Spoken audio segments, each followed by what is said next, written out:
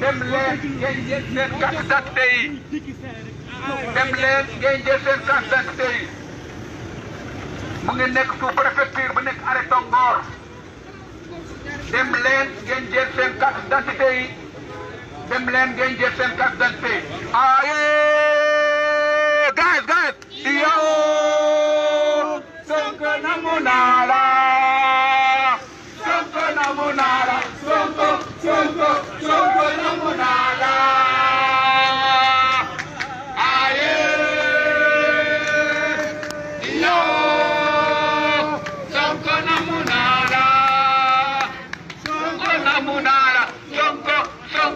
Sonko namu naa la dem leen ngeen jël seen carte d'identité yi dem leen ngeen jël seen carte d'identité mu ngi sous préfecture